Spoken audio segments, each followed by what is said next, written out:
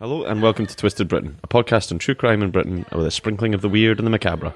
And your hosts are me, Bob Dale. And me, Nadine Roll. We're a couple of friends who met in the pub and developed a friendship based on our mutual love of booze, podcasts and pub quizzes. We met in the Settle Inn in Stirling, and that's where we record. Each week we'll both tell a story of something twisted, one long one and one short one, and we decide who goes first. Based on the flip of a coin. Which I have remembered. Yay! So prepared. It's just such a cashless society these days, darling. Let's not go on about that again. How you doing? You alright? I'm alright, thanks. How are you? I'm good. In the pub, so I'm fine. I know, happy days. Technically, when this is released, I'm in Nepal. So jealous. How many times have I told you that? But at the same time, you're going to be hella cold. Nah, I've got a quality big jacket. Do you? You've told me many a time I have a big jacket. You do have the biggest jackets.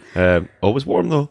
Maybe one day we need to upload a photo of you in your big jacket. I've actually now got a jacket big enough to rival yours, I feel. How about I wear yours? Ooh. Not to Nepal. It's far too stylish for me. What have you been up to?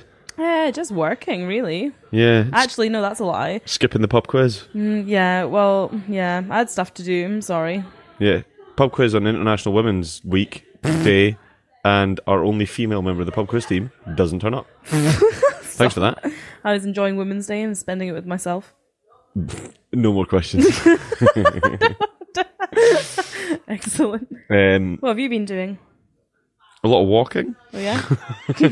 Getting ready? Yeah, no, nothing much. Oh, that's not true. One of my mates is just back from Sri Lanka. He was over there for a couple of months. Nice. So we did some daytime drinking. Oh, very nice. Yeah. Yeah. He's been away surfing for a couple of months in Sri Lanka. All right for some. Yeah, and it just... I can't surf, so it's fine. I'm pretty sure after 2 months in Sri Lanka, I might be able to, though. Maybe. Yeah, so how's your research gone? Yeah, it's been good, actually. I've really enjoyed my research this week. Not that I don't every week, but this is something I just decided to do because it really interested me. I think you just told me before we press record that this might not include a crime. I don't think it kind of does. I'll highlight the moment where I'm like, that's technically crime. Are you gonna go, Crime! Crime! That's a crime, folks. Ladies and gentlemen, one crime. Okay. How's yours been? Oh, it definitely involves crime. Good. Absolutely.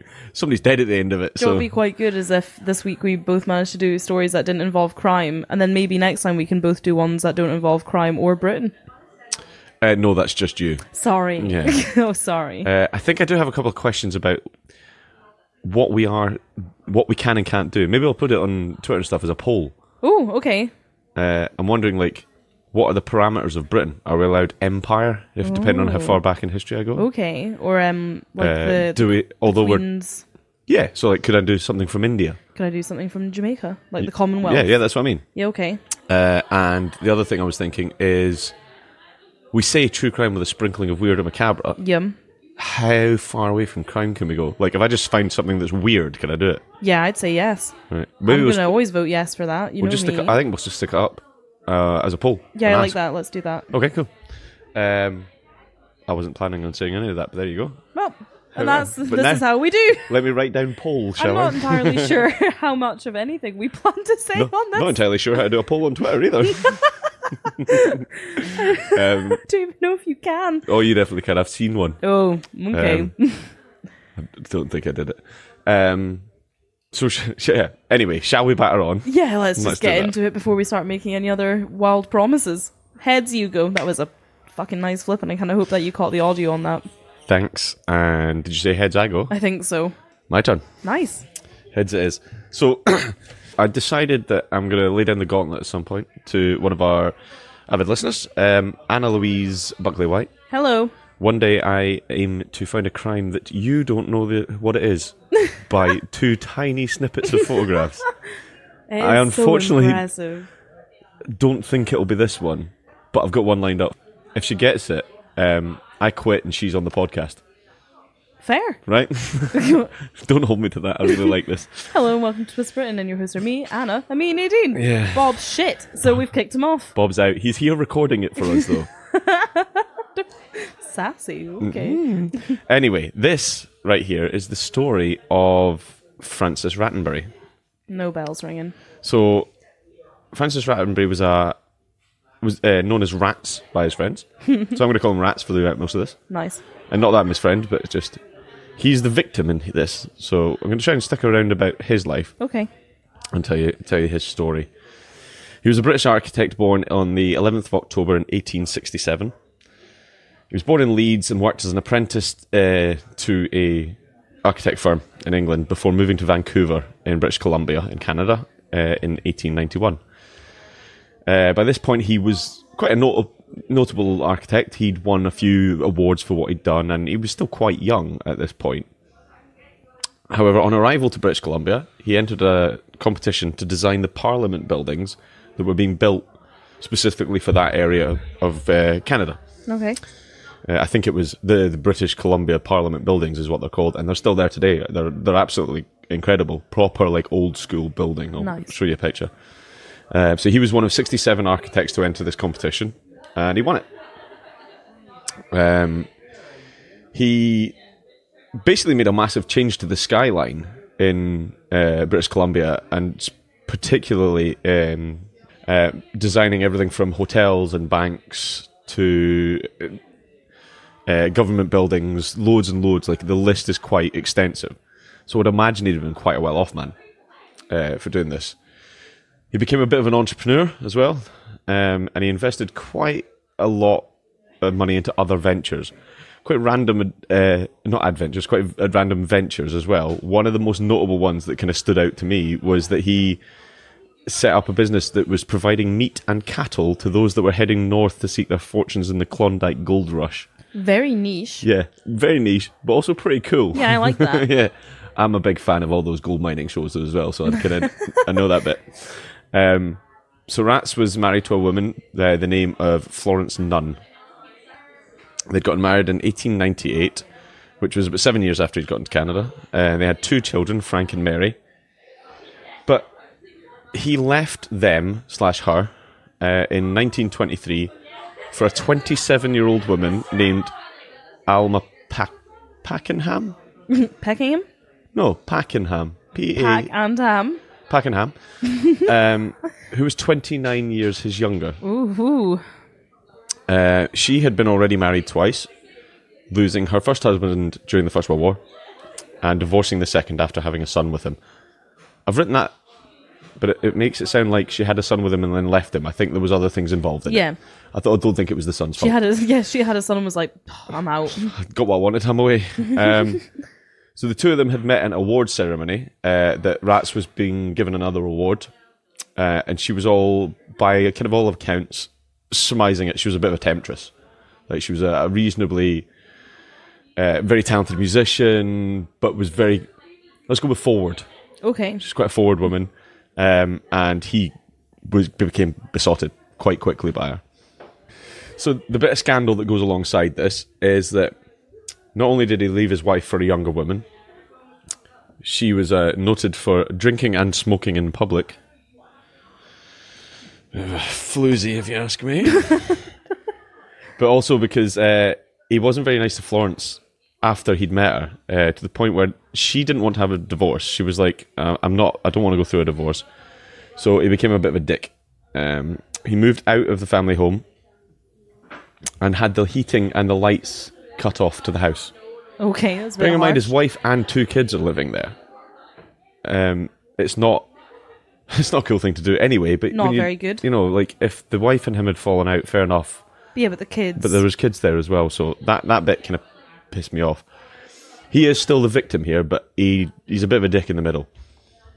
The treatment of his wife and the kind of scandal of the unacceptable affair with the younger woman had kind of depleted his standing in the community.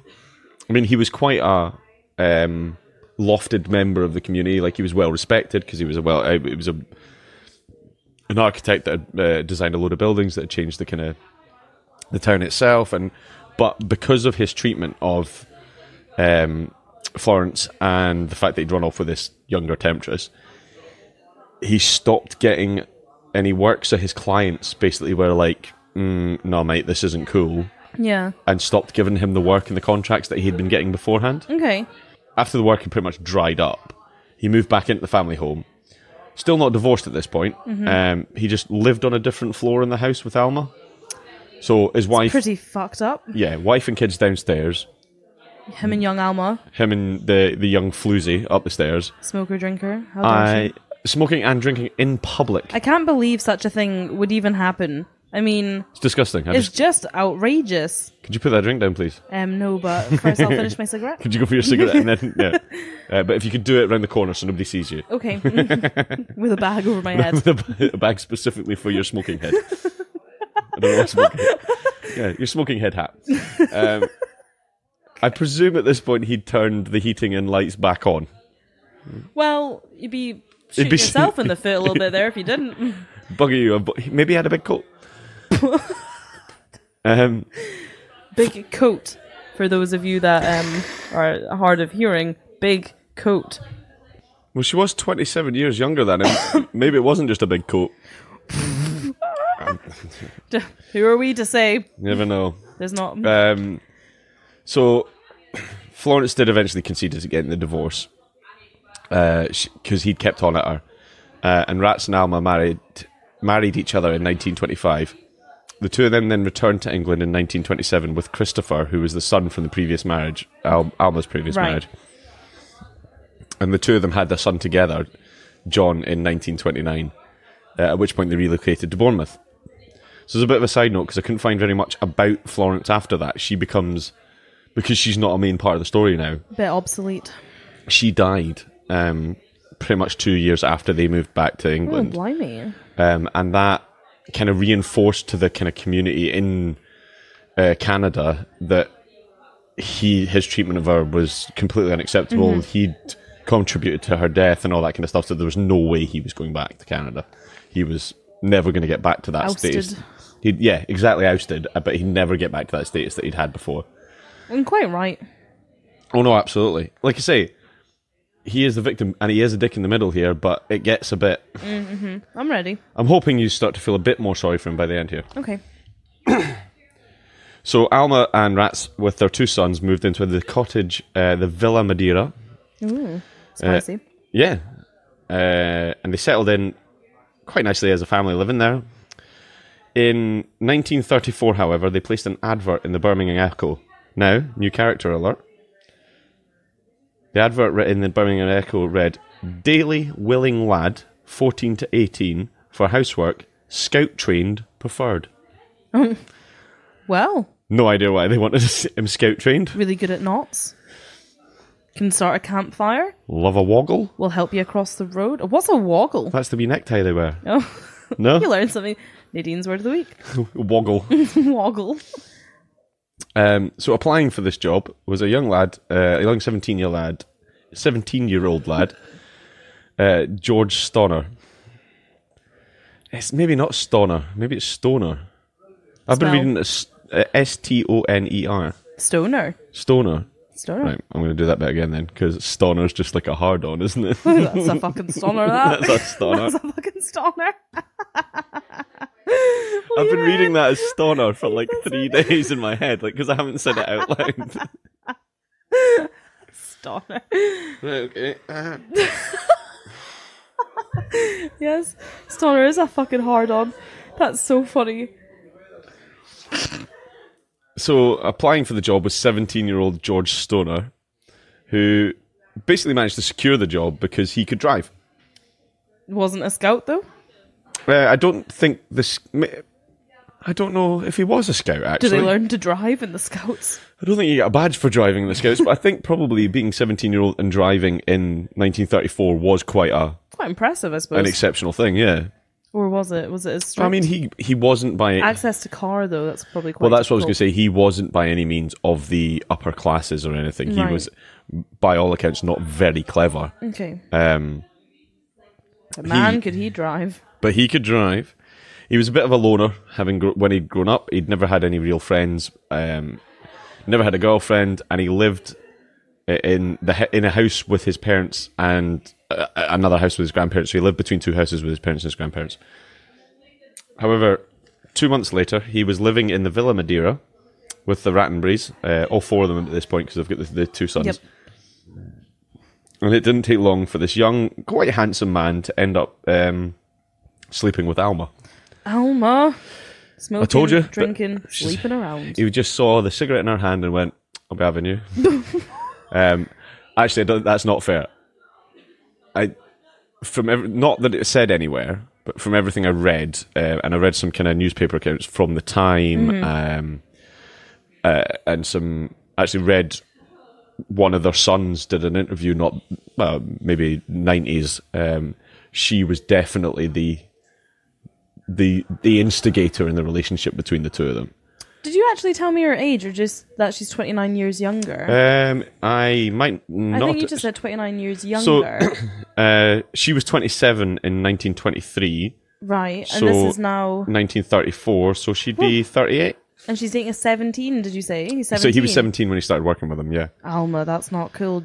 But her husband was 29 years older than her, so she wasn't quite sure what age she liked.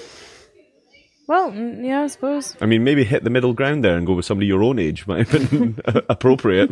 I just don't think a 17-year-old is the answer. Oh, no, absolutely not. It's not your 17-year-old chauffeur. It's definitely I already had a right stunner, though. Don't even bother. I'm cutting that out yet. So, yeah, like I said, she was probably the instigator in the relationship.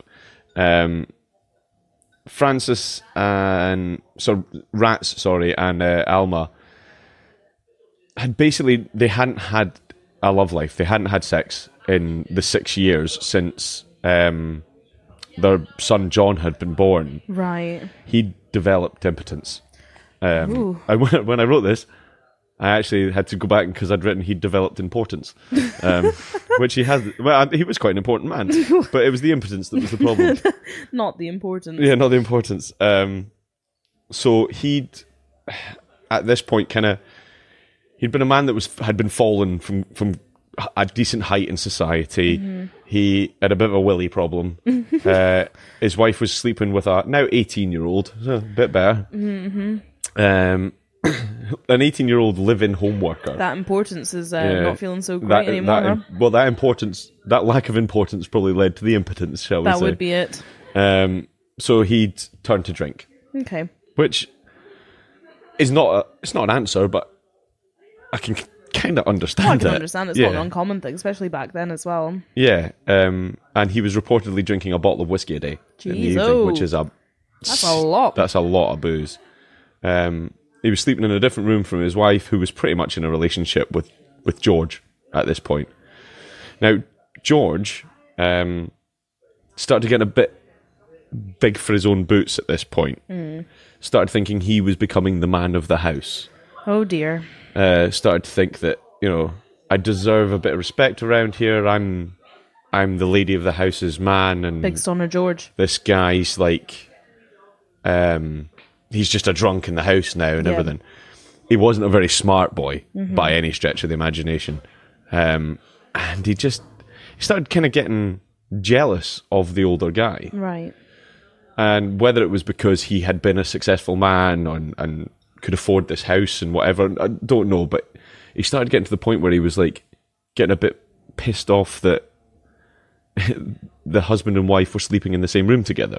How dare you go and sleep with your husband kind of thing, which is just, there's something broken. There's a million things broken here, but that was you're like, I don't quite get why you've got to this stage. So anyway, it all kind of came to a head in March of 1935. So he'd been working for about a year now, and I guess probably been in a relationship for her for most of that year. Mm-hmm. And I keep saying relationship because it was genuinely like she took him to London and bought him new clothes and all sorts of like weird stuff. Like they were having a proper relationship. Pretty sweet deal for George. Yeah, he's come out on top at this point until March 1935. Ooh. When Alma had said her and her husband were going away for the weekend. So that night, George Stoner went to the house, found Francis in his usual chair, would imagine a bit worse for wear with the whiskey, went and fetched a mallet, came back into the house and hit him several times in the head. Bit of an overreaction. In fact, he hit him so hard that a part of his skull came off and landed on the floor. Alma came in and found the scene with her husband's head having been beaten in from behind, and she didn't want George to take the blame. Uh-oh. She was in love with this boy. like ridiculously in love with this boy. So she got wasted. And when the police arrived, she confessed to them that she'd done it in a drink and drug-fueled stupor. Francis didn't die in the house that night. He died 3 days later in hospital. With a chunk of his head missing? And having been beaten 4 or 5 times with a mallet round the back of the head. That's a shitty way to go. Isn't it just, yeah. So yeah, he at that point, obviously Alma gets charged with murder. Mm-hmm. However, silly George had admitted to the housekeeper that it was actually him that had done it. So the two of them were arrested and tried for murder. She was let go because she didn't actually do it. But he was sentenced to death. There was a huge public outcry to this.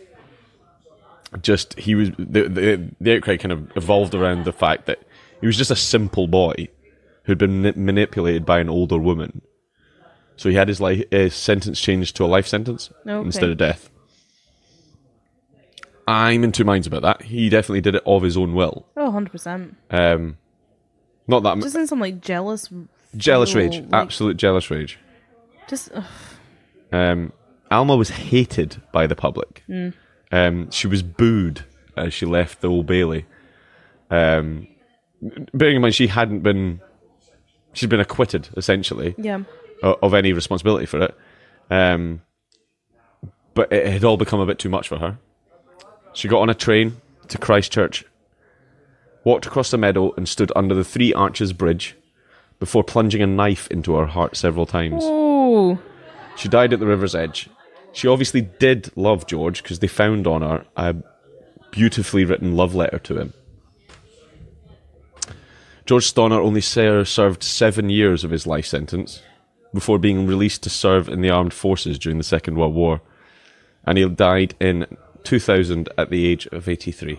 Wow. Yeah. Whoa. There you go. That's Woo. That's my first attempt at trying to focus on the victim. Nice. There's a couple of things I took from that. Yep. Okay. If you may. Please. If I may even. I'm not saying Francis was a good guy by any means. No, he's a prick, but he doesn't really deserve to have his head caved in. Nobody deserves to be sitting in their chair drinking a whiskey and have their head caved in. And then die 3 days later. With a bit of your skull missing. Especially that part, yeah. Just got JFK'd. That's not cool. Wow, Nadine. Sorry. But I don't know. To me, she's to blame for a lot of this. She had gotten involved with a younger man but she didn't... She'd broken up a marriage. Yeah, which is fucked. And then moved in with a man, had a child with him. Fucked. Then broke up that marriage. Fucked. And let him live in the house with her. Which is fucked. Where she must have seen that rage brewing. I suppose... Now, he was totally to blame for smashing the guy around the head with a yeah. mallet. Like, I'm not taking away from that. But I just feel like she got off light. I mean, she didn't. She killed herself. But she did it herself. She was never sentenced to anything. I just feel like she should have been sentenced to something. You can be, though, for that. Like, no, I don't know. I don't think you can be. Like, I'm not saying that, like, she's not at fault and not to blame, but I don't think you could. I think it would be a bit mad to sentence her to something. Yeah. Just like she didn't like. I've no idea what you would sentence her to. If she'd coerced him into doing it or something, it's a bit different. Maybe she did, but I don't think she. I don't think she ever said the words "go and kill my husband." Kill him, yeah. But I think she maybe gave the impression that she'd have been all right. It'd be better if he wasn't around. Yeah, that was the feeling I got. I suppose, but we're just like it's complete speculation. Yeah, it's just yeah. That's the feeling I got, that she'd led this boy on to feel like he was now her husband as such. The big cheese. Yeah, he was the boss in the house, as far as he was concerned. The fact that he was slightly special didn't help, but I don't think the fact that he lived to 83 is a fair outcome, where she's killed herself. Yeah. And her husband's been killed, and the 2 kids are left there. Yeah, So that's 4 children that have lost their father. Yeah. Well, 3 children and a stepson that have lost their father. And so after the war, then he was just lived a normal life. I presume so. I'm supposed to be doing short story this week, so I didn't go to... No, because I presume, like, you don't get released from prison to be in World War II and then, like, get sent back to prison. Yeah. Do you? So during the Second World War, a lot of the first conscriptions were prisoners. Yeah, no, yeah, that's fine. But most of them... Well, they just probably died, didn't they, in the war? Well, they either died in the war, or they served their king and country. So yeah, you served for your king and country, because during the Second World War, it would have been George that was on the throne, so you just served the king and country, and I think after that, you'd paid your... Yeah, that's what I'm saying. So when he came back from the war, he just lived like a regular... Oh, yes, he didn't go back to prison, is what I'm getting absolutely, at. you're right. Yeah. No, I thought you meant the other way around. So none of them were sent back to jail. Yeah. So then he just, like, lived out his old age just as, like, a regular Well, I mean, he fella. wouldn't have been that old. No, but that's what I'm saying. But up until, like, he was, like, 83. Yeah, I'm going to have a look and died. see what he did, like, as a living. What did he do when he got back from the war?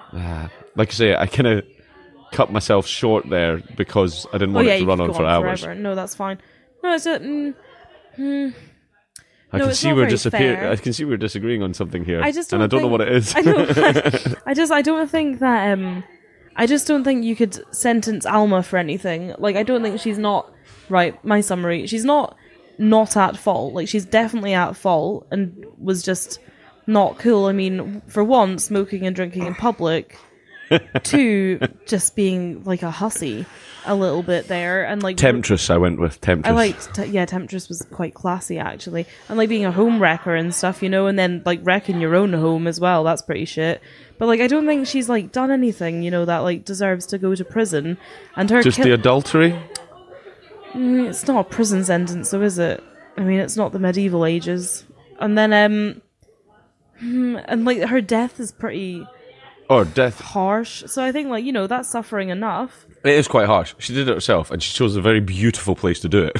It's quite a poetic death, really, like stabbing you. It's very Romeo and Juliet, isn't it? Yeah, it is. It's a bit much, really. I don't think I'd have the balls to stab myself to leave a beautifully heart. written love Several letter. times, did you say? Several times. That was the bit that got me. Like, gusto. if you've fucking committed at that point. That's quite the way to go. To be honest, if I got myself in the heart the first time, Oh, I think I'd be done with that. I'd just be like, do you know what? I'm not hit pulling it and quit it. Yeah, I'm not pulling it out.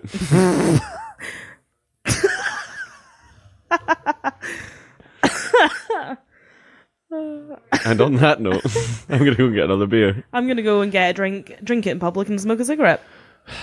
In public. I don't condone smoking. I do. I love it. See you in a bit. Floozy. From the brilliant creative minds that brought you Keep Drinking, It'll Get Better, and the Real Housewives of Hillcrest Nursing Home, comes the podcast that people are raving about. Hi, this is Edward October for OctoberPodVHS.com, here to tell you what people are saying about our true crime podcast. A thread store in Arizona says, too much dribble and slang. These ladies obviously enjoy their own humor and sound high. Hey, at least they called you ladies. Benny from Idaho says, your topics are so appealing, but a 3-person pod is difficult enough to follow without banter? Our true crime podcast only has 2 people? Wait. Where's the other 100 5-star reviews? Can somebody give me the 5-star reviews? Okay, here we go. Much better. Luscious Lee says, stand up. 5 stars. You girls are funny AF. I especially love the me and Mrs. Jones rendition you sneak into the recording. Cherry G107 says, I struggle finding a new podcast, and so far, I've been hooked to you guys' podcasts. Keep up the good work. Thumbs up, smiley face. Our true crime podcast, 2 girls, 1 story, and lots of bad renditions of songs you love. Available on your favorite podcatcher. Go binge it today. And that's us back again. Hello. We're both double fisting drinks. Nice. Double fisting. I'm off tomorrow. I'm enjoying myself. I know. I'm trying to keep up with you. From last time on the Diet Coke to the Morgans and Coke. Diet Coke. Always. Gotta watch those pounds. What, in money rather than, yeah. So I'm excited about yours this week for the sole reason that you seem to be in a wonderful mood tonight. I'm in a good mood today. So Shiny Happy Nadine is going to destroy us all with some kind of non-crime story. There's a bit of crime, I'll shout it out. Good. I'm looking forward to it. You just want to crack on? Yeah, so my story this week is I drew my inspiration from a lovely outing I had back in February when I went to Edinburgh. Dungeons. Yeah. So I did do a social media post about that at the time, so you can see a photo of me looking pleased as punch outside the Edinburgh Dungeons. With your witch's mark on your hand. Yes. After being accused of being a witch, which just... We're not going into that. Yeah, no, I would say what I said last time about that. But yeah, I also, aside from the dungeons, went on a tour round the real Mary King's Close. Oh, nice, yeah. Which is, for those of you that don't know, in Edinburgh, it's actually under one of the Parliament buildings. It's like this old street, and it's old Edinburgh. So Edinburgh was, like, way back when, was like really built up, but in terms of tall rather than like the area it covered. So it was like big multi-story buildings with people just living on top of people everywhere, like in total poverty. Europe's first skyscrapers were Edinburgh. Yeah, and I know that from my Harry Potter tour. Nice. And eventually they just kind of like bricked over the top of it. They just built on top of it rather than... So, like, Edinburgh's got this, like, secret streets underneath it, which is the coolest thing. If you're ever in Edinburgh, I couldn't recommend it enough. I honestly had a great day out. I learned a lot of stuff. And that's where my story today comes from. Was what I learned when I was on this tour, actually. So... Are we sponsored by VisitScotland.com this week? No, I wish we were, though. Yeah. So, yeah, I went on a... Lovely tour with a lovely man called JJ. Oh, God. I did say I'd shout him out for it. Knew you'd come up at some point. I know, it's nice, isn't it? So anyway, yeah, I'm going to focus this week on the Edinburgh Plague. Oh, okay. So... And, I might know some bits here. Yeah, I think you probably will. Okay. It's like quite a big... It's like a proper, like... Did it at school type thing. It's a big part of Scottish history, especially like Edinburgh like history. So I'm going to focus particularly on a man called Dr. George Ray, who was Edinburgh's second plague doctor. Yep. So he followed on from the first plague doctor, who was John... Oh, I've never tried to say this out loud. Policius? Top line there. Yeah, I'd go with that. John Policius, who died after only a very short stint of employment as the first plague doctor of Edinburgh. Did he die of the plague? They think he did, yes. There's not really like a good record of it, but probably the plague got him. I mean, it's probably like an occupational hazard. Little bit. So Dr. Ray was offered a massive amount of money to take up the position, as it was suspected that he too would die before he could collect his earnings. Right, okay. Because the plague was so bad. Yeah. He did, however, survive the plague, and he spent the next 10 years, after finishing as the plague doctor, trying to get the money he rightfully deserved. Dr. George Ray was appointed Edinburgh's plague doctor on the 13th of June, 1645. I think this is the oldest story I've done. I like that you've gone older than... Yeah, good. So point of interjection, if you don't mind. Yeah, go. So from the Harry Potter tour that we did recently, which I would highly recommend, actually, because you go to some incredible places in Edinburgh again. Nice. The guy that was running the tour said that something to do with the plague doctors, their exposure to it meant that they built up that, not immunity, but they kind of built up that resistance level to it. Oh. And it was all that hooked nose mask and all that kind of stuff. Yeah, so I'm going to get into that and like what that all was. But they think part of it was because they were like subjected to it on a daily. Yeah, but not living in squalor. So because they were of a higher kind of class standing, they were cleaner. They were doctors. Yeah, they were cleaner themselves, and that helped. Amount of exposure kind of helped to it. But I mean, like I say, that's just a man that we did a tour with, kind of opinion on it. I thought I'd set the scene really and like give a bit of history on Edinburgh at the time. So in the 17th and 18th centuries, Edinburgh was what we now, like this part of Edinburgh is what we now call the Old Town. Yeah. Which is on and around the Royal Mile, which is like the most famous street. Down at the bottom of the Royal Mile is the Cowgate, that whole kind of area. Yeah, exactly. Around the time of the Union in 1707, it was one of the largest cities in Britain in terms of how many people were living there, with a population of around 30,000. But it didn't seem to visitors like a very large city because it was high rather than sprawling, like as I was saying. Okay, yeah. With tenement blocks reaching as high as 14 stories. Yep. Really high. In Edinburgh, wealthier middle-class people lived alongside the poor until the building of Edinburgh's new town, which began in 1767. Old Edinburgh had a nickname, Old Reeky. Yep. Which means old smelly. And do you know why? Yeah, go on. So the city was a very dirty place, with human waste generally being thrown out of windows with a warning cry of... Gardy-loo. Gardy-loo! Yep. Which means watch out for the water. In French. In French. Which they'd shout to those below. So some people would just launch it straight out the window, whilst others built toilets which jutted out just over the streets. So that excrement just fell directly below. Yeah, and there was a bit where the train station now is. It used to be a huge lake. Yeah, I'm going to get to Sorry, it. I'll stop. Get you Sorry. to my story. So this would leave human waste just lying in heaps and running in rivers down the streets. These rivers of waste could be as high as your knees in some points and ran off to the Nor Loch or North Loch, Yep. which is now where Princess Street Gardens can be found, and many attribute the lush greenery of the gardens to the fertilisation of the soils from all these years ago. Oh, that makes sense, actually. Yeah, because they're beautiful. Absolutely. Yeah, so it used to be a loch stood there, and now it's this like land, and it's a beautiful gardens, Yeah, and you yeah. can sit in it on fireworks night and get pissed because you're allowed to drink there in the streets in Edinburgh. One of the very few places in Scotland that have a bylaw that let you drink in the streets. Not gonna lie, me and JJ had a can of beer in between the dungeons, and Doesn't surprise me in the Americans Close, we slightest. had a great day out. Great day out. Princess Street Gardens is It's lovely. gorgeous, and in the summer, like you can go and sit on on the big open kind of green, and there's like this big old tree right in the middle. I love it. Yeah, I love they it. do like open air concerts there, and then in the winter the ice Christmas skating and all that markets kind of and stuff. everything. Yeah, it's beautiful. Yeah, I love it. Love it too. So Edinburgh was like a very densely populated environment, which provided perfect conditions for the spread of disease, and as such, epidemics of infectious and contagious illnesses periodically swept through the city. Known at the time as the plague or the pest, diseases included typhus, which was carried by lice, typhoid, which is spread in water, and the bubonic plague, which was spread by fleas on rats, or simply sometimes just diarrhea, which they used to call flux at the time. Right, okay. So just people would just be generally ill a lot of the just time. a pretty filthy place. Yeah, it was really dirty. And like when we were on our tour, they were describing these like rivers of waste. They just like were constant down the street. You just had to walk through. It was just day to day. I suppose if you've not got plumbing, No, none. then it just goes all to the same place and runs downhill. Yep, every time. And like that's one thing. See with the real Mary King's Close, when you're on like the actual old street, it's so steep. It's so steep. Like we were making all sorts of jokes about in the winter you must have just had to like slide and hope for the best and get your mate to come out the door and catch you on your way by because there's no way you're Yeah, gonna stop. totally. Like it's crazy steep. Like so much so that we're down there.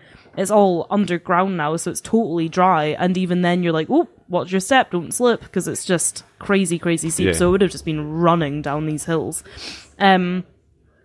So getting back to 1645, which is the year I want to focus on, Edinburgh's population around this time was approximately 35,000, and the extent of the plague epidemic was revealed in the city's financial records of the time, which document the cost of dealing with the sick and paying people to carry out plague duties, such as removing bodies, digging graves, cleansing the homes of plague victims, and constructing isolation booths on the outskirts of the city, which tended to be on the Burr Muir, Leith Links, and by Salisbury Crags. Movement into and out of the city around this time was like restricted, as were public gatherings, just because the epidemic was so bad. Yeah. They just like it was just spreading like crazy at the time. Did you see Salisbury Crags Arthur's Seat, isn't it? Mm-hmm. Yeah, did you see it was on fire recently? No. Yeah, it was part of just that week we had in February that was like glorious weather and everything. Yes, I did see that. Actually. Yeah, I so know what you're like talking about Arthur's now. Seat was on fire. It was Yeah, and they had to have nuts. firemen just like stood there at the hot spots, like just to make sure it'd gone out when Yeah. they put it out. It's crazy seeing what was an old volcano with fire on it. It was quite a surreal thing to see. Kind of cool. Yeah, yeah. Kind of awful though. Those inflicted with the disease were either forbidden from leaving their homes or banished to the quarantined huts outside the city walls in desperate attempts by the authorities to separate the healthy from the ill. It's said that the authorities tried to contain the spread of epidemics like this by walling up streets, together with their unfortunate plague victims. Crime! Crime. Walling people into their homes, that's a crime. Is it? That's what I mean. Like, is it a crime? It's a crime. Like, you can't wall people into their homes and be like, good luck. It's smart. Well, fucking crime. Right. Yeah. Okay, crime. I'll give you that. Thanks. If that's the one and only, it's dubious, but I'll give you it. So, in Mary King's Close, that I keep going on about, where the pestilence was especially rife, that's exactly what they did. They, like, walled them up in there. Right, okay. So, upwards of 300 infected and non-infected residents were bricked up in their home and left to die. Fucking hell. Crime. 2. 1.5. They're the same one. The preserved sections of the original 17th century close, which exist today beneath the city chambers, have become a major tourist attraction and are supposedly haunted by victims of the plague. Yep. Which I've now taken great delight in including a ghost story. Oh, of course you have. So, this is the story of Abandoned Annie. Okay. Which I learned when I was on the tour and I loved it. So, the story of Annie started in 1992 when a Japanese psychic named Aiko Gibo came to the close with a film crew as part of a documentary on paranormal activity. Supposedly disappointed with the tour, she was planning to leave, but then came to one room and suddenly refused to enter, saying she felt a terrible sense of sickness, hunger, and cold. Then she went inside because she had been invited in by the ghost of a little girl. So she was a fraud. Sorry, a paranormal type person. She was a psychic. Yeah, fraud. Stop it. The girl said her name was Annie. She had died of the plague and had been abandoned by her family, and she'd lost her doll. Annie reportedly tugged at the hand of the psychic, who spent some time with the little girl. And in keeping with Japanese traditions about honouring the dead, Aiko went to the Royal Mile and brought back a tartan Barbie for Annie to play with, saying that her spirit would now be at rest. Since then, anyone visiting Annie's room has been advised to bring a gift for her, which is now, now in the centre of a cold brick wall room is a small tribute to Annie, which is like a shrine, and it's just made up of all these toys. I got to go in the room. It was so cool. Is it not creepy as hell? Fucking creepy. Yeah. And like all the toys, like they're sat there and they're like all covered in dust and stuff. It's so creepy. And they have to keep on like replenishing it. Like they have to keep on like moving the stock on, like these toys on, so because many so many people are bringing these toys and stuff. But I like tartan Barbie. yeah. She just went up to the Royal Mile and bought her like a little tartan Barbie that you could get in like a tourist shop or whatever, you know. And they brought it back for her.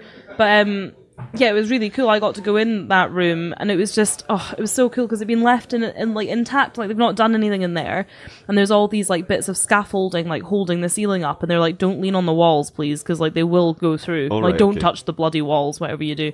And they like make you look up at the ceiling where there's like holes that have, you know, generated from like wear and tear over time. Probably water and everything. Yeah, and there's all these like kind of scraggly bits that hang down, and they're like, oh, see all those bits like that look like hair, like that's horse hair, and that's what they used to use in the cast, like in the plaster cast to go in the ceilings and stuff, and that's like the original stuff from centuries ago. So they used to do like lime render with horsehair. Yeah, and it's like it's still there, centuries old horsehair that's in the ceiling. Yeah. Really cool shit. Even if you don't believe in the ghost bit, like which is just like one little part of that room, you get to see like the original kind of bit, and in the center. So I'd enjoy it as well. Yeah, and like in the center of the room, and like which would have been like their kind of living area. There's like a kind of hole, with like a kind of grinding stone where they would have ground oats and stuff to eat, and it's really cool. I had a really great time down there. I honestly can't go on about it enough. So I'll continue. So. A guide for the real Mary King's Close, Chris Trotter, who worked there for more than 3 years. He says that in that time he had dozens of instances of tourists suddenly feeling unwell, feeling a little hand grabbing at them, or feeling a dread or sense of cold come over them. Chris was quoted as saying, "I've had a few experiences as well. About 3 months after I started, I was leading my group out of Annie's room, and a coin or something metallic was thrown across the room with quite some force. I heard it bounce several times and make quite an impact." And he insists it wasn't any members of the tour group. Like, you could see them all in plain sight, and like they were all like he was like ushering them out, you know. Mm-hmm. Stop making that face. I love it. You know I do. Don't shit on my parade. I would never. So some research, though, you're going to like this. Some research into Aiko Gibo shows that she has seen little ghost children in other sites too, with her accounts of feeling a little arm tugging on her hand, very similar to her experience in Edinburgh. Also, there doesn't seem to be any real record of a girl called Annie, and the story of her being abandoned by her family is purely conjecture based on what the psychic said. Right, okay. So, probably is bullshit. Is that like her calling card for her psychic things? Like, There's a tiny hand. Yeah. Right. But regardless of whether Annie is real, her legacy is one of great benefit to the city, because as well as toys, visitors often leave money, which is in a treasure chest left in Annie's room. So like at the base of all these toys is this little treasure chest, and it's filled with money. You can chuck money in there. And when I was there, like loads of people were, I did too. Like everyone's like chucking like bits of money in there. And at the end of each year, the money is counted up and given to the Sick Kids Hospital in Edinburgh. Oh, that's nice. Yeah, and so far, Annie has raised more than £50,000 to help real children suffering from sickness. Thanks, Annie. Thanks, Annie. Nice one, babe. Yeah, that's cool. I like that. Yeah, it's good, huh? Because I was just about to say to you, what happens to that money? Is somebody just skimming it? Yeah, and like the woman that was giving us the tour, she said that like they have to empty it regularly because it fills so quickly. Oh, that's ace. It's really cool. I think that's really nice that they do that. So getting back to the plague and stuff, the Edinburgh... As you do.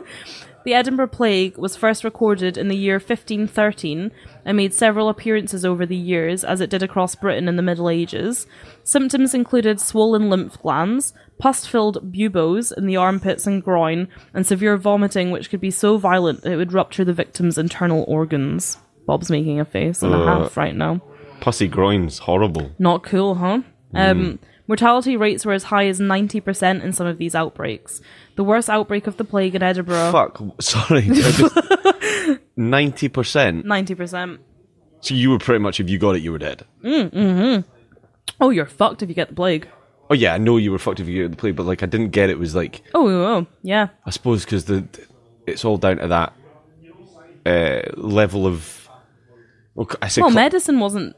It's that, but it's also that level of class, isn't it? It would have been the poor people that were dying of it. Yeah, and that's what I was like saying earlier on, was that at that time there wasn't really that much of a distinction between class in terms of where they lived. So until the new towns started getting built in the 1700s, they all kind of just like lived nearby each other. So like whereas it stacked on top of each other. Yeah, like whereas it was mostly the poor that suffered from it, they did all live in very close proximity, so it wasn't really a case of like just the poor got the plague. Like a lot of like it would be interesting. Middle class got it too. It would be interesting to see what the stats were. Like the demographics. Yeah, I'm thinking like compare that to London or Manchester or one of the other big cities where it wouldn't have been stacked up. Like it'd be interesting to see if there was like the areas of the town where the poor lived as such. Is the mortality rate higher there than it would have been in the posher areas, whereas Edinburgh might have been slightly different, and it might have been, like you say, the demographic would have been different because they were all just right on top of each other. Well, I get into it a bit, but like Edinburgh was especially bad because it was a port city, and the plague kind of travelled in from Europe on ships, which I'll get into a little bit, but that's why Edinburgh was especially bad, because it was like it was Scotland's main port, one of the main ports in Britain. Yeah. So it brought the influx of the plague kind of came through that way. Well, it would, when you saying 1500s? 1645 I'm in. So, yeah, it would have been the capital of Scotland at that point as well. Yeah. We're sitting in the ancient capital of Scotland right now. No, I thought it was Dunfermline was the ancient capital. Stirling used to be the capital of Scotland. So was Dunfermline at one point. Yeah, but we're in Stirling, so it's cooler. Cool, fine. So, mortality rates, as I was saying, were as high as 90% in some of these outbreaks. The worst outbreak of the plague in Edinburgh was the one in 1645. Okay. And it lasted for like around 4 years, which was quite long for an outbreak. Yeah. And was also the last to afflict Edinburgh too, which is interesting. It was the last time the plague hit Edinburgh was in 1645, and like lasted for the 4 years, but that was the last time it like broke out. It was the last time it was prevalent. Yeah, that's a good word. Bob's word of the week. So thousands of people died during these years. At the height of this plague, there were only 60 men left to defend the city. Holy hell. Yeah, really bad. It's not known exactly how many people died as a result of the Edinburgh plague of 1645, but over 90,000 people are estimated to have perished in Leith alone. So Leith is the port. That's where the port is. The port of Leith, yeah.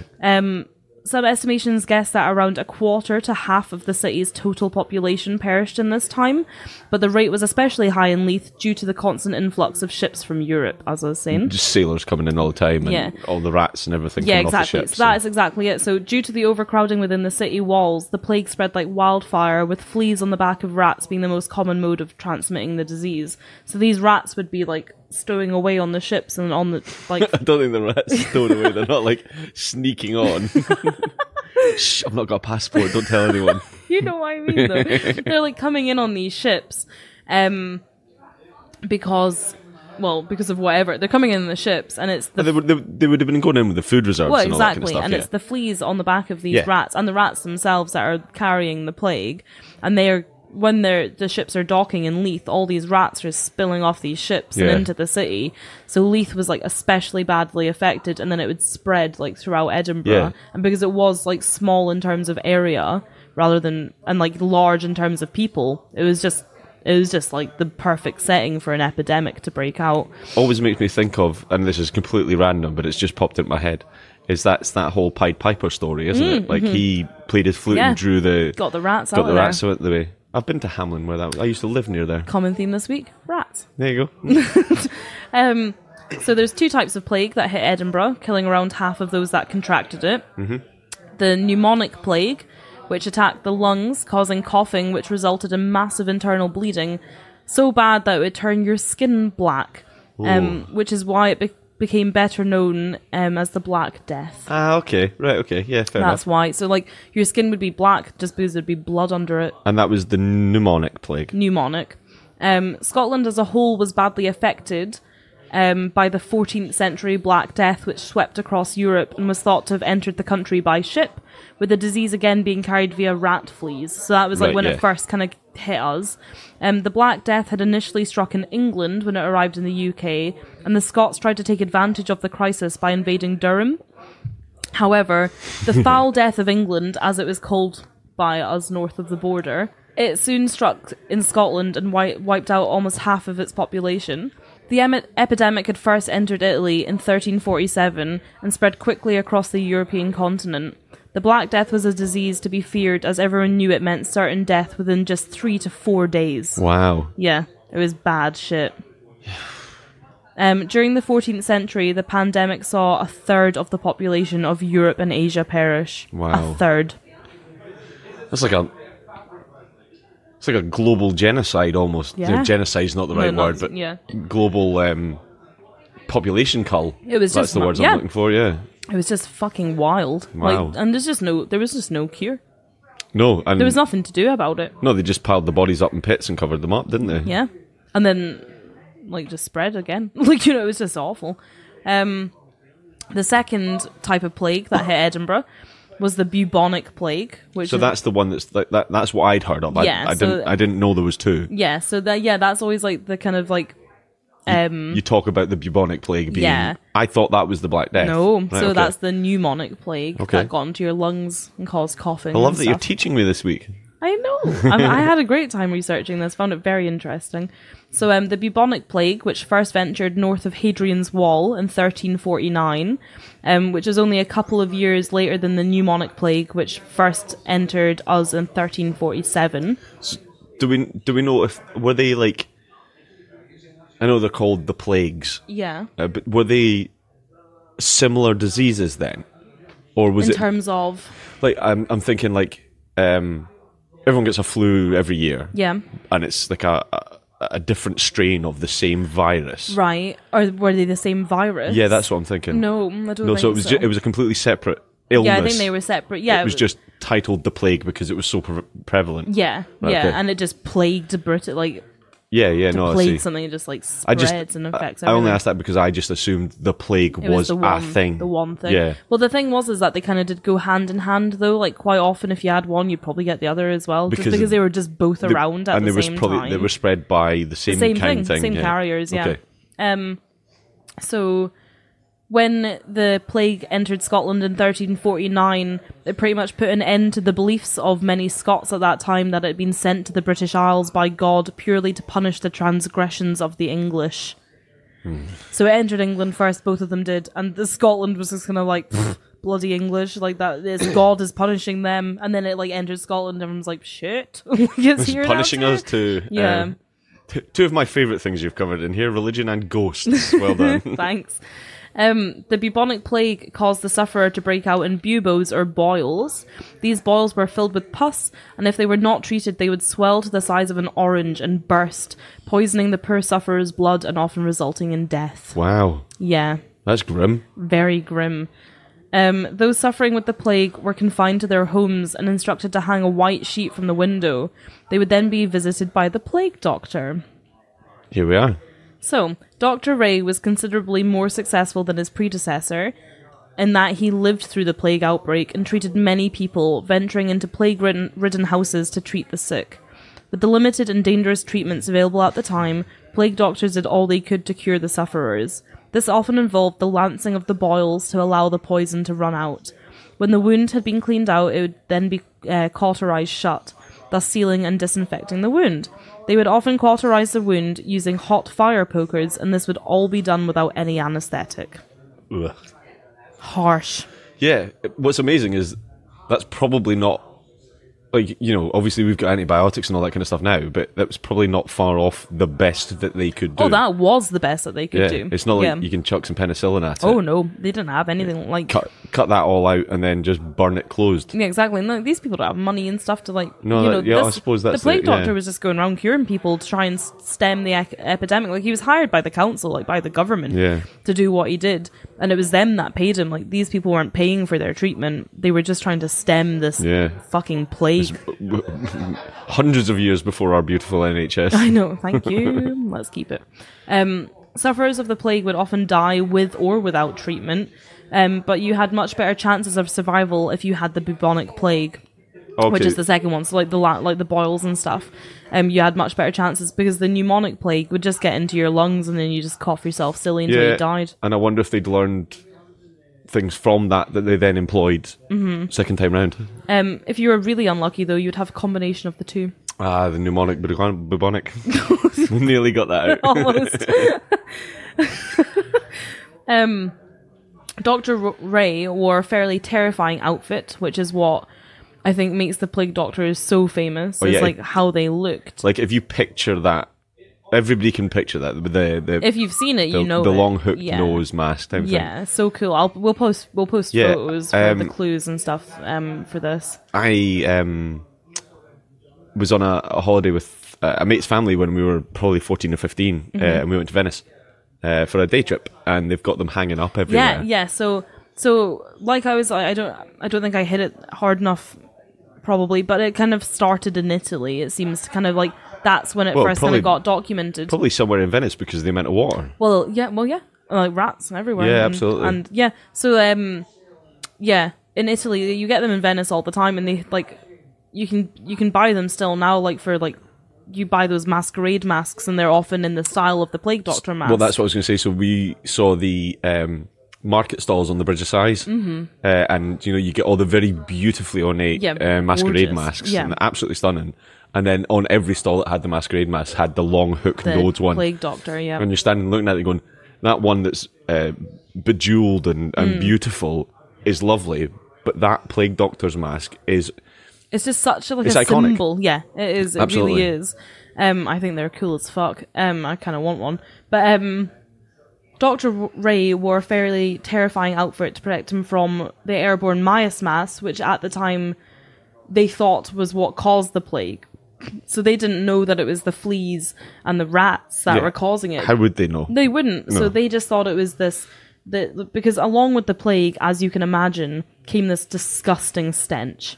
Oh, God, yeah. It smelled awful. Like your skin's disgusting. You're filled with pus. The pussy genitals would have been minging. Not great. And the shit in the streets probably didn't help. And so they just thought that it was this thing called miasmas, which was this odor in the air. They thought that's what caused the plague, and they wore these beak-like masks that they used to fill with rose petals and herbs and spices, which I didn't know. I only knew like the mask. I thought it was just an empty nose. Yeah. Nope, they filled it with all these herbs and spices to try and eliminate this bad odor in the air, and that's what they thought protected them. But along with that, they'd wear these like heavy leather hooded cloaks that went all the way to their ankles, like these trench coats, and like big leather gloves and heavy boots, so that every inch of their skin was protected, because they thought it was like airborne. Yeah. But what they didn't know was that actually they were protecting themselves from the plague, because their leather and stuff was so thick, fleas and rats couldn't bite them. Yeah, of course, yeah. So like they inadvertently protected themselves from the plague. A really petrifying sight, though. You're Oh ill. my god. You're like on your deathbed ill, and this guy turns up with a hook nose and the full trench coat, and I mean, that it's quite a sight. This is the guy that's going to help you. He looks a bit like death. Yeah. And like everybody, like we'll post photos and stuff of them for our clues and stuff for this episode, as per usual. But if you don't know what... I'm looking at you. If you don't know what a plague doctor looks like, it is just like I think it's gnarly as hell. I'd love one of those masks. I think they're really cool. So they'd wear these beak masks with rose petals, etc., inside them to protect them from the smells entering through their nose. The miasma theory is an obsolete medical theory that held that diseases such as cholera, chlamydia, or the Black Death were caused by noxious forms of bad air known as night air. And that's like the official Miasma They were kind of lumped together as one thing. Yeah. I thought it was quite funny that they thought chlamydia was airborne, because it quite obviously wasn't. So many jokes, so little time. The theory held that the origin of epidemics was due to miasma emanating from rotting organic matter. Although we now know miasmas were not the source of the plague, Dr. Ray's outfit still did its job and protected him from flea bites, as I was saying. And that's how he survived the plague. My favourite thing about the last 2 minutes is Leslie's just bought us a drink and looked at what you were reading and went, ooh. Walked away again. Sorry. If you want to clear a pub, one way to do it is to talk about the plague and buboes and if you want to clear a pub, pussy just groins. Set up Twisted Britain in the corner and people leave. It's not the soupy smell for once. Don't blame us on that. As the plague doctor wasn't expected to live through the outbreak, the council got quite a shock when the time came to pay the large salary which Dr. Ray had been promised. Yeah. Dr. Ray spent the 10 years that followed the last outbreak of foul pestilence in Edinburgh fighting to be paid, and it is widely believed that he died without ever receiving his money. Oh, that sucks. Really shitty, because he did a real good job. I was going to say, because he worked his balls off, He didn't he? did. Yeah. In the worst conditions you can like wading through shit, house to house, going in, bursting pus-filled boils in people's groins and armpits, searing them shut and moving on. I think maybe he's the first on our list of good bastards. You're the best, Dr. Ray, you win. Yeah. So in 1647, the plague began to disappear from Edinburgh, never to return. The Great Plague of Marseille in 1720, Marseille, France, 1720, proved to be the last significant bubonic plague outbreak in Europe. Okay. Scotland's capital would not suffer from pestilence in such a scale again until the worldwide cholera epidemic of the 1830s. Right. Despite its 400-year absence from Edinburgh, the bubonic plague persists in other parts of the world still. Oh, that's a sad fact. Yeah. But advances in medicine since the days of leather-cloaked physicians with herb-filled masks ensure that the vast majority of those infected can now be effectively cured. I would imagine it's a really simple treatment now. Yeah, I think so. Imagine it's I a didn't case really look into what that treatment was because I'm not a doctor, but... Not a doctor. Not a doctor.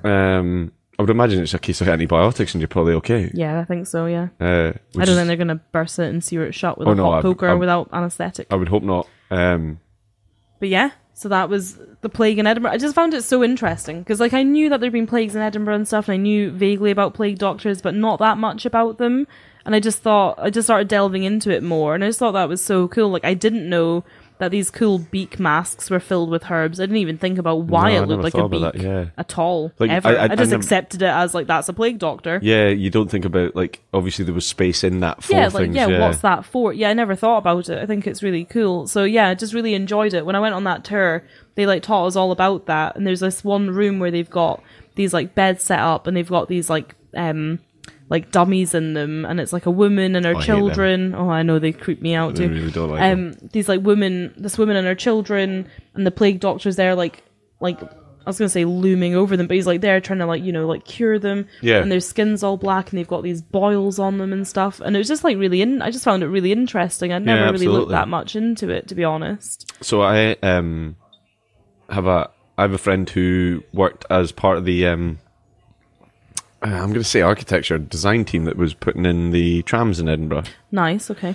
And famously it cost a shitload more than they predicted, and it took a lot longer than it was. Hell of a lot longer. Part of that was because what they kept finding when they were digging.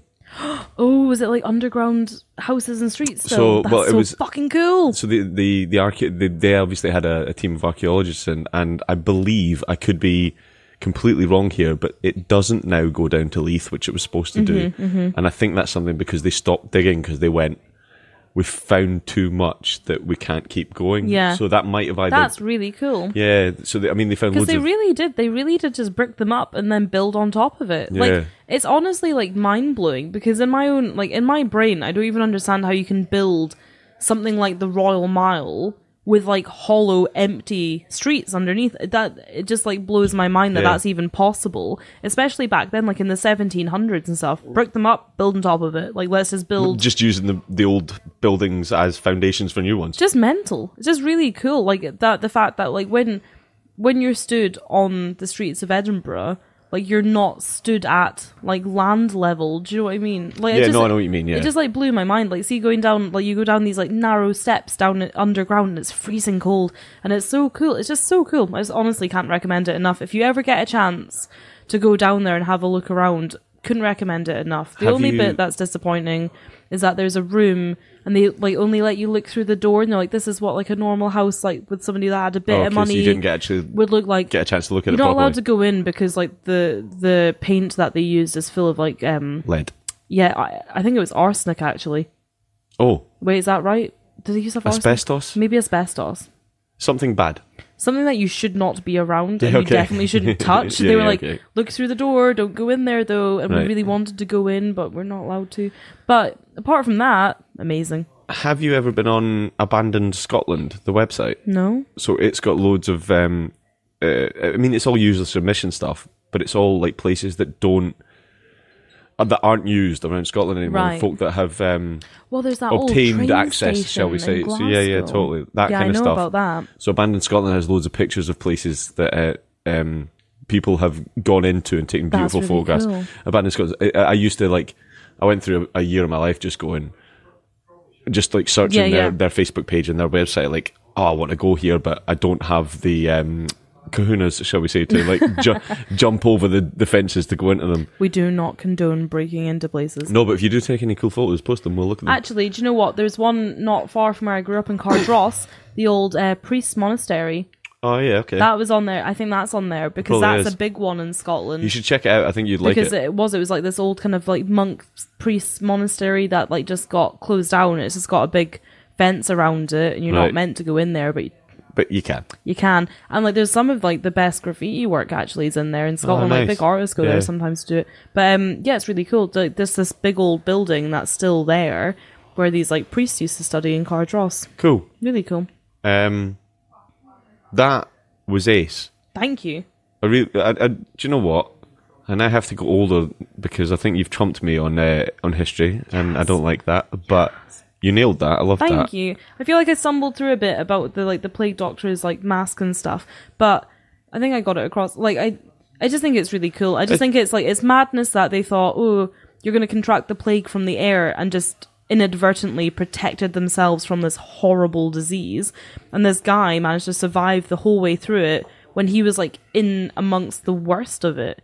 You know, these people were holding themselves up in their houses and hanging these white sheets out to say, don't come in here. We've got the plague. Don't come in here. You know. Fuck, could you imagine? And he's going straight in there, straight in to cure them and help as much as he can. Frontline medicine.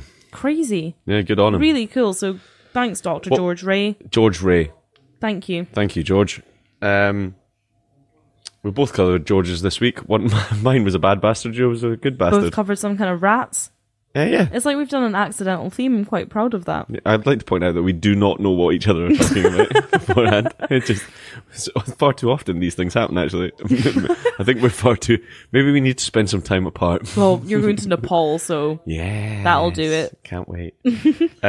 Let's call it a night, shall we? We shall. Let's go with... Thank you very much, everybody, for listening. Thank you very much. We'd like to give a shout out to a couple of people. I'll try and not stumble through this like I did last time. We're going to start feeling less sheepish about this as we get more and more practice at it. We have a Patreon available. If you feel that you can dip into your pocket to help us out, we are not begging for money. We are just saying that Twisted Britain is something that is means a lot to us. It's kind of part of us now. Yeah, it's part of our lives, part of our weekly. It's part of our lives, our families' lives around us. We want to keep doing this forever. It sadly costs us some money to host, but we would happily take any donations that anybody can give. We, in return, offer you some bits and pieces. We've got some merch that we can offer to you at a lower cost. We have badges that everyone that subscribes to anything will get. Super secret episodes for Patreon. Super secrets. I like that. Yeah, okay. We'll work out what they are soon. Super secret episodes. If you feel the need, you can find us on Patreon under Twisted Britain. There are links on also all of our social media channels. You can find us on social media on Twitter. Twisted Britain. On Facebook. Twisted Britain. And on Instagram. Twisted Britain. We have our discussion group on Facebook, which is one of our favourite places to hang out. Yeah, it's Twisted Britain Discussion Group. We've got some lovely people in there. I'm going to shout out our... best of the best, I'd say. Our... people that have donated to us. Just do first names. They know who they are. Just first names, you reckon? Just first names, okay. Yeah. Aidan, that has pledged to us and was our first Patreon. Thank you so much. It is more than well received, and we thank you very, very much. Yeah. And Emma, you're a superstar. You are the superst of stars. Not any more so than Aidan is. No, I'm not saying so, but you said superstar, so... you are a superstar, and thank you very much. And thank you for contributing to our discussion group so much. Yeah, no, it's so nice. Like, we really appreciate it when people reach out to us and open a dialogue with us and talk to us about anything and everything. It's just lovely. Like, we do this because it's something that we love to do, and it's just so nice to hear that other people like it as much as we do. It's just really humbling. We are blown away every day when we look at our downloads, and it just... humbled's quite a word, but we are, the two of us are humbled. We sit in the pub and we talk about things that interest us, and we're glad that people like listening. Yeah. The only thing other thing that we should say before we go is we have a Discord group. Yes, we do. It has a good amount of podcast creators on it. Everything from audio drama through true crime, and everybody on there is lovely and will answer your questions. If you're a consumer of podcasts or a creator of podcasts, jump on there. There's a link on all of our social media channels that you can find it at. Yep. They'll go up today when this is released. Today to you, that is, not to us. Sometime in April. Can't remember. When Bob's up a bloody mountain. Not up a mountain, looking at a mountain. Okay. I will take 1 million photos and send them and put them on the Facebook and all sorts. Fantastic. So you can't wait to see the Twisted Britain flag at Everest Base Camp. So you can see how ridiculous I look up a mountain when I'm absolutely gubbed. In your big bloody jacket. My big bloody jacket. I think that's it. I think that's us, isn't it? Thank you so much for listening. Thank you for listening. Thank you, Aidan, and thank you, Emma. You have a special place in our hearts forever. Forever and ever. Forever and ever and ever. Thanks very much, everyone. Bye. Bye.